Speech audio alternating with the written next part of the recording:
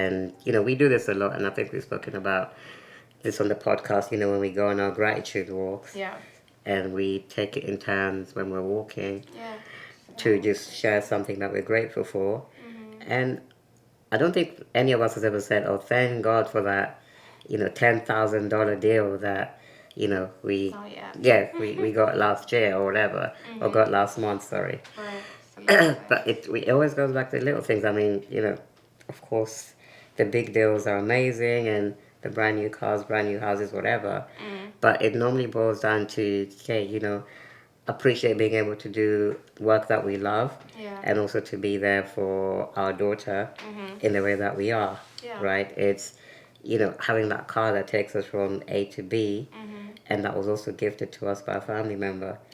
So I think when you reflect the big things that social media and culture tells you that this is what you should want, are actually not the things that give you that intrinsic reward and fulfillment that we all need. Yeah.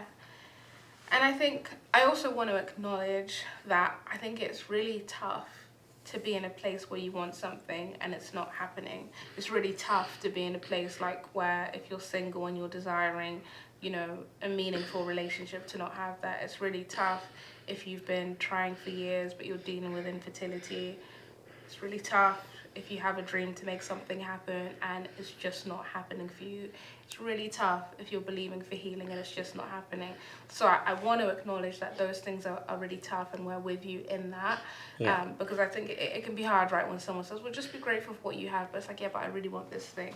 So that's not what we're saying. But I want you to, it goes into the final point that we're going to share. But I want you to have hope even in a season of waiting. And I think the only way that you do have hope is your perspective. And you do have to fight for it sometimes, right? Yeah. Like when you really want something, you have to fight to say, I'm grateful I have breath in my lungs. And I remember when I was in New York, I feel like I've shared this story in different places, but I literally, everything felt like it was going wrong. My card got blocked, so I couldn't make money with coaching at the time because everything was, no one's sending $2,000 in cash.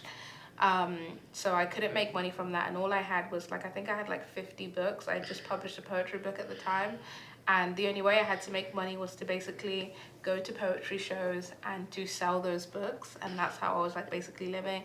And then I ended up getting some random allergic reaction too, and just my whole skin broke out, and basically not even eczema, it was worse than eczema. It was losing, it was horrible.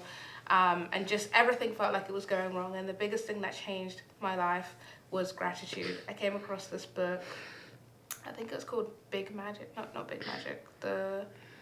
I'll find it and then we'll insert it. But it basically spoke about being grateful for literally every little thing. And that's what I do. It'd be hey, I'm grateful that I have breath in my lungs. Today I'm grateful for my health. And each time I would say I'm grateful for something, I'd be met by someone or a situation that would remind me that I have more than I think I have. I remember there was a time I was walking out of the apartment that I was staying at, and there was this elderly lady. She couldn't get up her stairs. I saw her and I was hey, let me help you up, and I helped her, but it literally took everything she had in her to make up 3 stairs up to her apartment block. And just that morning I was thinking, oh, I'm so annoyed that my skin's doing this. And I was wow, I can move my body. It doesn't hurt me to put one foot in front of the other. And it was a fight, again, I said, in those moments to find gratitude for what I had. But the more that I fought to maintain that perspective, the more I was met with examples and reasons to be grateful. So I just want to say that it's tough to want something, and it's difficult, but I think you can find some hope in leaning into gratitude and perspective. Yeah, and even for us, it's tough sometimes. Yeah. When bad things happen, your mind doesn't automatically go to, okay, let's be grateful for this huge, lawsuit. No. For example. And, just learn that. As a random example. Yeah. It's, again, like you said, it's, you have to fight for it. Yeah. You have to fight for it. And even if on some days you can only say being good, I'm grateful for oxygen, and that's it. That's what you got. Like, start there. Start there, because we've all been there. We've all been in those situations where, like, you're sad, you're upset.